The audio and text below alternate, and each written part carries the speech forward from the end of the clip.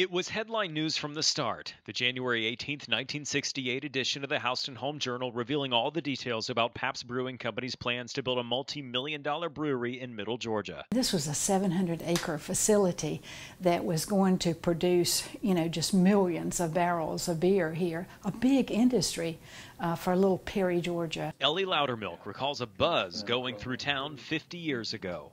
I remember the community was so excited. She was teaching at Perry High School when the plant would open in 1971. She now serves as the director of the Perry Area Historical Society. A few weeks ago, she and I sat down poring over old photos, brochures, and artifacts on display at the Historical Society.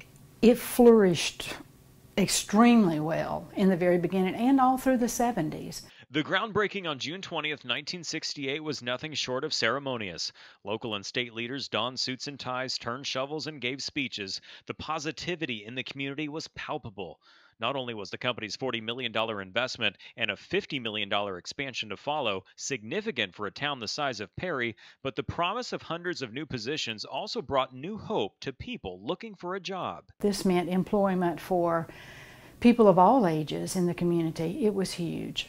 Keith Seaman was one of those workers. He started working at the brewery in 1975 and stayed until the late 80s. It was a time when it was, we were growing our family, and it was a good opportunity and a good time to be able to do that because of the pay and the benefits that were available to us there. Seaman began working in the bottling plant in his early 20s. He recalls wages that were virtually unmatched by nearby employers, almost 3 times the amount of minimum wage. We were making about $9 and some odd cents an hour at the time. Back then, the minimum wage was, $2.25, $2.10, $2.15, somewhere around there. In the 1970s, the brewery flourished, setting record earnings in 1972 and showing big gains in sales and profits in 1977.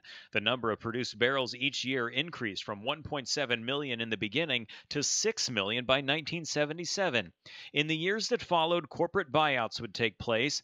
Heilman Brewing Company took possession in 1983, but despite the change, workers stayed on and things kept operating as normal. Lots of the people our age were working out there and were able to get in, about 20 years with the one or both of the companies. Arizona Iced Tea would eventually take over in 1995, followed by poultry processor Kegels Incorporated, and now to its current owner, Purdue Farms. It's good to see that the building itself, is still being used, even if it is in other industry.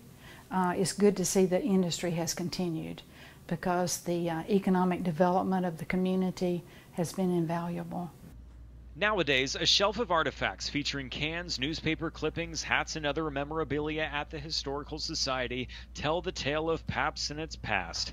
It's a relatively new exhibit set up within the past 2 years. The family of former plant manager Henry Sumner felt it was a fitting place to preserve the memories so many former employees still have. His family decided that those artifacts should be placed here, and so they brought them and donated them to us. As for Seaman, he left the brewery in the late 80s and transitioned into real estate.